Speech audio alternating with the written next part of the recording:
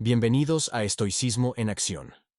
En este canal exploraremos cómo aplicar los principios del estoicismo a la vida diaria para vivir con mayor serenidad, fortaleza y propósito. ¿Qué es propiamente el estoicismo? El estoicismo se puede considerar como una teoría específica filosófica, o en otras palabras, como una forma de ver el mundo. Pero esta teoría tiene la peculiaridad de ir acompañada con un estilo de vida. Al conjunto de estos dos elementos se le llamaba en la antigüedad filosofía. Así es. En la antigüedad, la filosofía era considerada una aplicación práctica de una determinada serie de ideas.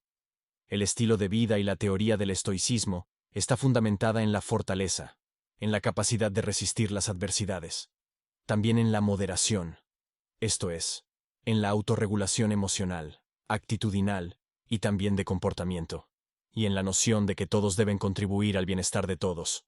El estoicismo como una teoría práctica dividió la propia filosofía en tres ramas. Por un lado, consideraban que existía la lógica, que es la rama que estudia el conocimiento para poder distinguir entre ideas correctas y verdaderas de aquellas ideas falsas e incoherentes. Por otro lado estaba la física, que es la ciencia que estudia la estructura del mundo, en su conjunto de la naturaleza y del hombre.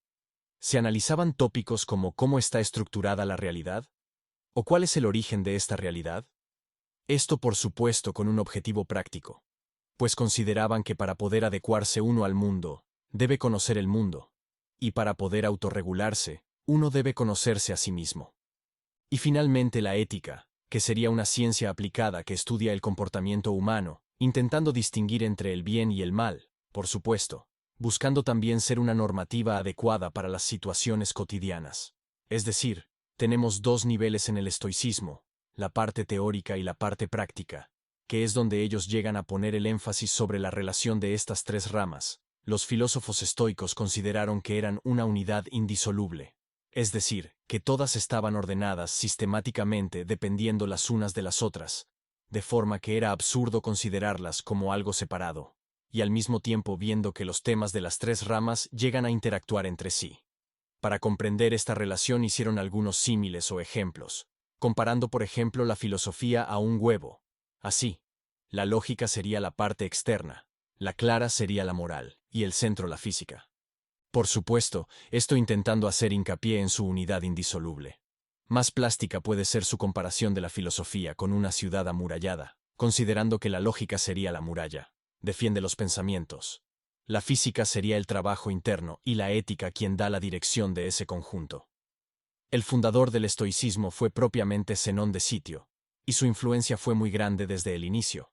Aunque los personajes más famosos del estoicismo pueden ser Séneca, Epicteto y Marco Aurelio, que fue emperador de Roma, y estos tres personajes representarían la última fase del estoicismo grecorromano. Sin embargo, no fueron los únicos filósofos estoicos. Filósofos importantes estoicos hay más de una decena, pero como una forma de vida, fue de hecho una de las filosofías que más impactó en el Imperio Romano.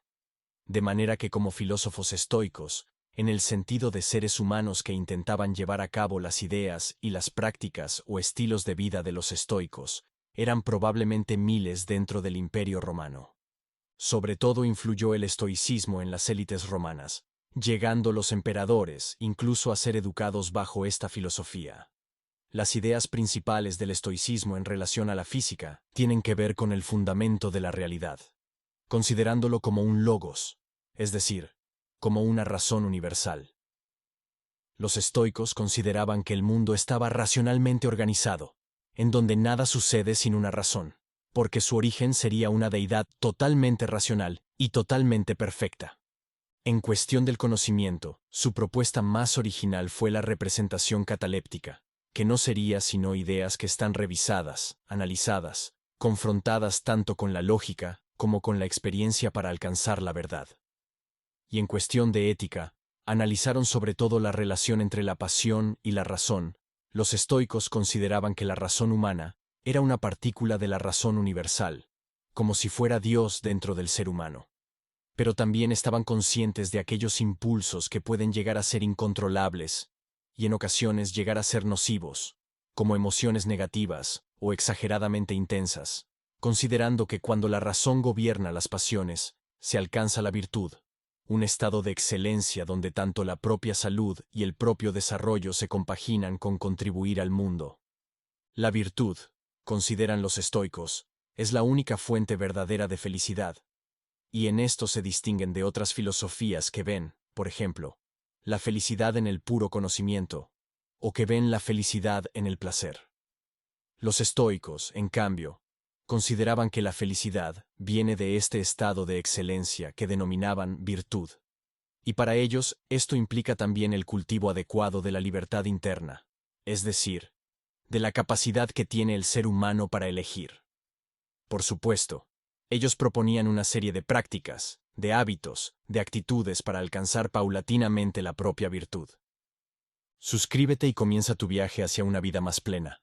Vamos a poner el estoicismo en acción.